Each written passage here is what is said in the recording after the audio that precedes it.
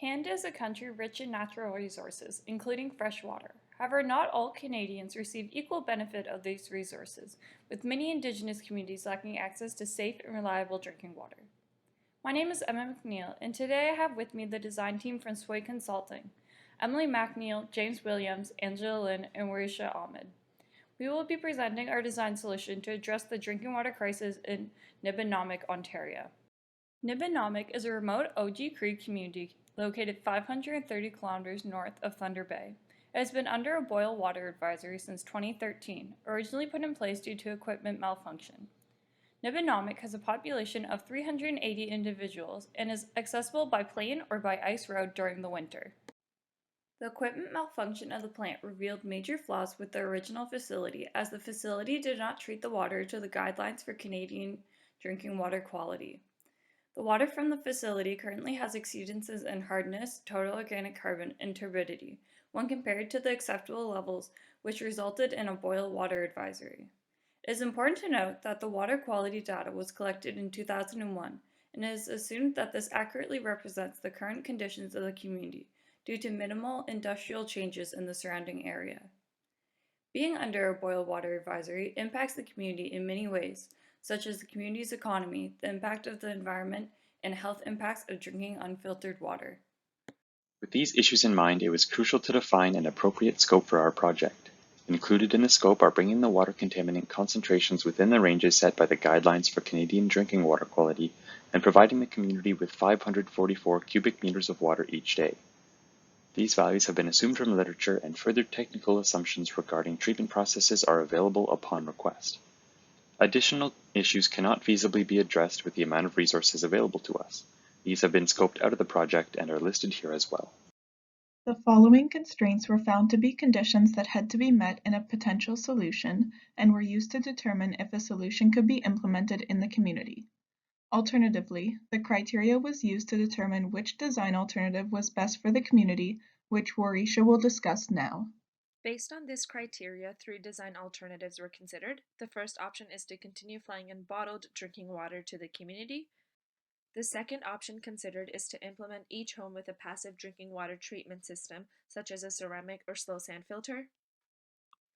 The third option is to retrofit the existing facility with processes that would ensure that the water quality meets the guidelines for Canadian drinking water quality. Based on a decision matrix and a sensitivity analysis, this option came out on top and is the one that will be implemented. The facility already has screening and chlorination infrastructure in place, so the new unit processes that will be added to the facility are coagulation and flocculation, sedimentation, and slow sand filtration. The order that they will be implemented are shown here.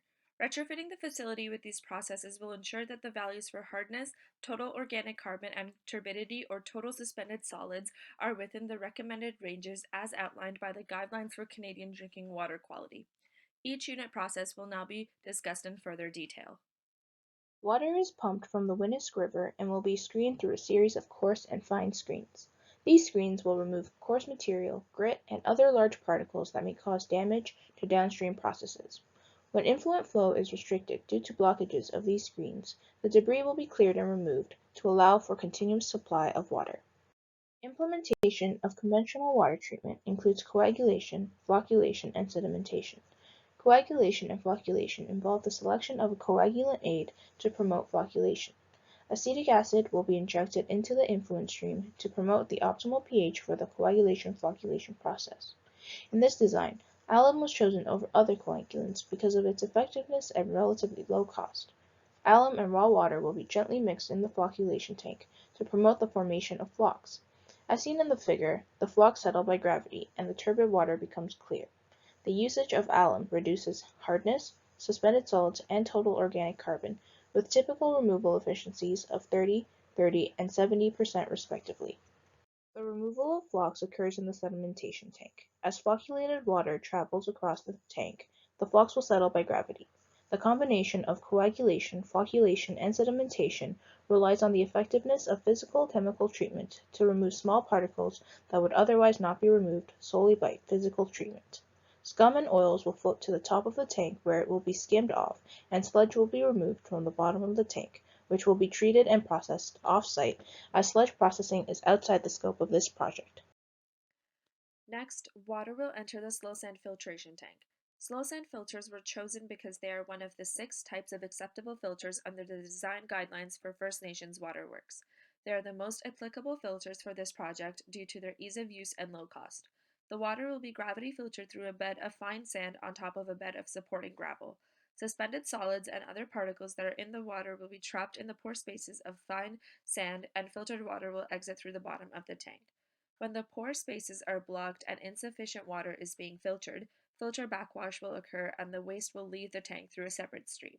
Since the gravel is denser than fine sand, the bed arrangement of the slow sand filter will remain the same even after backwash disturbance. The removal efficiencies for total suspended solids and total organic carbon are both typically 90%. Finally, the last step of water treatment is chlorination. The addition of chlorine to the water is to prevent waterborne illnesses and kill bacteria and microbes that can be harmful. According to Health Canada, a minimum disinfection contact time of 30 minutes and a minimum chlorine residual of 2 mg per liter is required. As such, the adequate contact time or chlorine disinfection treatment required is 60 mg minute per liter. The addition of UV was not chosen due to extra capital costs, and there are no exceedances of microbial contaminants present in the water. Furthermore, chlorine is adequate in the disinfection process and is required for the chlorine residual in the distribution system. All the process units in the systems were designed and chosen according to the design guidelines for drinking water systems. Implementation of this water treatment system will successfully provide clean, reliable drinking water to the community of Nibinamik. Throughout the life of the plant, there are many considerations that must be made to minimize the project's disruption on the community and the environment. The life cycle analysis holds us accountable for the materials we use and further defines our consideration for the long-lasting impacts of our project. This analysis includes quantitative values like the amount of carbon dioxide produced over the life of the plant, and qualitative considerations like the amount of disruption to the community. First, the consumable materials during operation, construction materials, and additional materials for the pumps and filters were studied for their environmental impact. Next, the impact of installation was studied. The environmental impact of transporting supplies to the site and increased power usage was calculated. Finally, the burden on the community like housing the workers and disruption to residents, along with operational considerations like handling byproducts, have also been considered. Ultimately, our calculations show approximately 6,400 kilograms of carbon dioxide will be produced shipping materials to the site, and 16,600 kilograms will be produced monthly during operation. An additional 1.8 kilograms of carbon dioxide will be produced per kilogram of pipe and 6.2 kilograms of carbon dioxide per kilogram of tank or filter required for the plant. With this, each month's operation amounts to the equivalent of operating 3 cars or light trucks. The social issues associated with the construction and operation of the plant must also be minimized. Since the plant is located 4 kilometers away from the community, there should be minimal noise pollution and traffic both during construction and throughout operation. As well, due to the limited winter road access, all truck traffic will be concentrated to a few days during the access period. Since we are not building a new facility and are instead retrofitting the current building, the construction is projected to last 10 months, though the residents' daily lives will not be affected. Providing an accurate cost estimate for this project is difficult to achieve as there are many unknowns regarding the current layout of the plant and the water quality. These unknowns make it difficult to provide quotes for the cost of plumbing in the plant, as well as the amount of chemicals required to treat the water. Therefore, only the major components such as the tanks, paddle wheels, pumps, and auxiliary equipment for the pumps has been provided. Due to the size of these components, we requested quotes from multiple retailers and have been in contact with their sales department.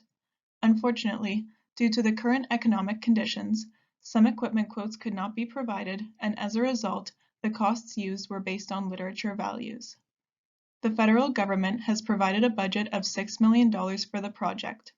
Overall, the total cost of equipment is estimated to be $120,000, which is only a fraction of the total budget. Costs that will be considered at a later date include the cost of shipping, labor and accommodations for workers during construction, plumbing, chemicals, and any hidden costs not previously accounted for. It is expected that these costs will not exceed $5.5 million, therefore keeping us within the planned budget. To ensure that the cost of this project can be justified, it is important to perform a cost-benefit analysis. The main cost that will be eliminated by implementing the treatment facility is the monthly cost of $40,000 incurred through the shipment of bottled water, which will provide an annual savings of $480,000. In addition to this, it is also important to note that the cost is not limited to monetary expenses, but also includes the wellness of individuals, which are hidden indirect costs. The lack of clean drinking water poses a major health risk to members of the community, as water with exceedances similar to Nibinamik's has led to gastrointestinal illness. Also, it has been reported that the amount of bottled water provided is not enough for the whole population, which can cause dehydration and have negative psychological impacts, as community members are being denied the basic right to have access to clean drinking water. Currently, when a member of the community requires medical care, they must be flown to Sioux Lookout for treatment, which is costly as they are transported via plane. Providing clean water will decrease the frequency of these trips, as both gastrointestinal illnesses and psychological conditions will be decreased. There are a few steps our group needs to take to complete this project. First, we will explore the application of different modeling software to verify the chlorine residual of our system. We must also optimize the selected processes and equipment for their energy use and cost. Then we can complete our final design document and perform a pilot-scale project before construction can begin in Nibinamik. By retrofitting the existing drinking water treatment plant, Nibinamik's hardness, total organic carbon, and turbidity will meet the recommended levels as outlined in the Guidelines for Canadian Drinking Water Quality. The investment of $6 million by the federal government will limit the detrimental economic, environmental, and health impacts facing the community. Together we can ensure Nibinamik has safe and reliable drinking water today, tomorrow, and for years to come. Should you have any questions for Sway Consulting, please don't hesitate to contact us. Thank you.